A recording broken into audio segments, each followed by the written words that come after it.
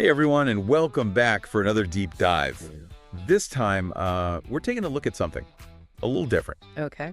It's an academic paper, Oh, and it's called Baseball Game Arrangement and Dialogue Deconstruction.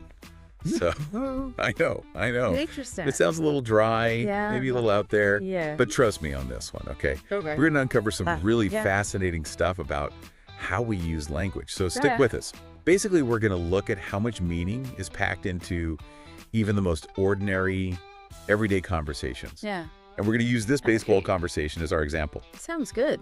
All right, so let's jump right in. The paper analyzes this Sure. short conversation between two people. Right. And it starts with one person asking, "Can you play baseball this afternoon?" Okay. Simple enough, right? Yeah. Just a simple question. Right, you would think so. Hmm. But I think there's more to it than meets the eye. What do you think? Oh, absolutely. There's definitely more going on beneath the surface here. Okay, I'm intrigued. So think about it. The word can implies more than just physical ability.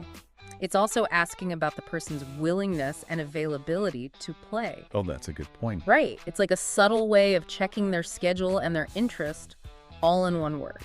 So it's not just about whether they're capable of playing, it's also about whether they want to. Exactly. Wow, okay, so much packed into one little word. Then the other person responds with, "What day is it today?" Now. Why would they ask that? Wouldn't they already know? That's the really interesting part. They're not actually asking for information here. It's more about establishing common ground and context for the conversation. By asking this seemingly obvious question, they're syncing up, making sure they're both on the same page before giving their answer. Oh, that's interesting. Think about it. We do this all the time in our own conversations.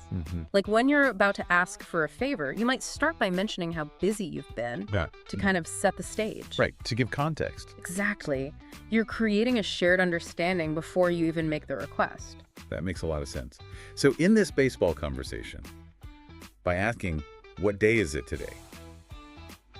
the person is subtly signaling that they need a moment to think about their schedule. Exactly. It's like a pause, a way to gather their thoughts before responding. Fascinating. Okay, so next comes the response. Sorry, I have a piano lesson.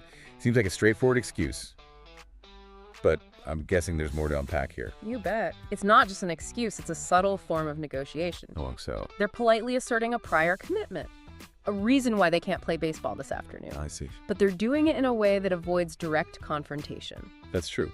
It's much softer than saying, "I don't want to play." Right. It's all about saving face and maintaining social harmony. It's amazing how much strategy is involved in even these simple everyday interactions. Absolutely. Okay, so then the first person proposes a new plan.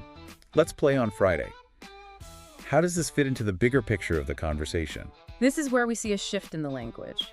This signals a clear proposal, an attempt to find a solution that works for both of them. So it's a direct response to the previous excuse. Precisely. They've heard the other person's constraint, and they're offering an alternative.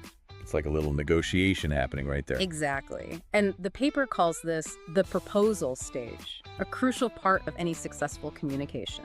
It makes you realize how much negotiation we do in our daily lives without even realizing it. Absolutely. From scheduling meetings to deciding where to eat for dinner. Right. We're constantly proposing and refining plans through language. It's fascinating how much influence language has Yeah. on our interactions with others. Mm-hmm. Okay, so finally we get to the response.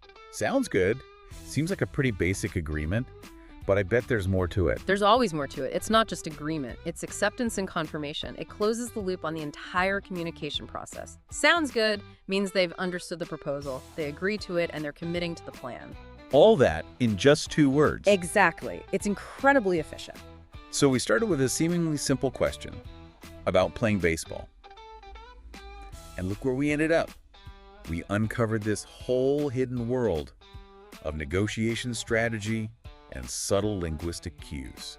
It's amazing what you can find when you start digging deeper into language. It really is. Yeah. So what's the takeaway here? What can we learn from this baseball conversation? I think the biggest lesson is that language is a powerful tool, and understanding its nuances can help us become more effective communicators. In what way?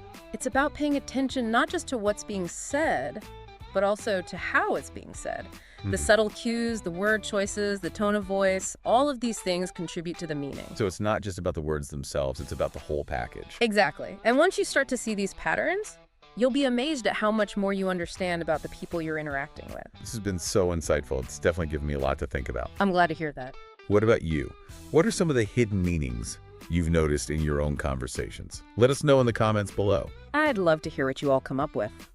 And that's it for this deep dive. As always, thanks for joining us, and we'll see you next time for another deep dive. Sounds good.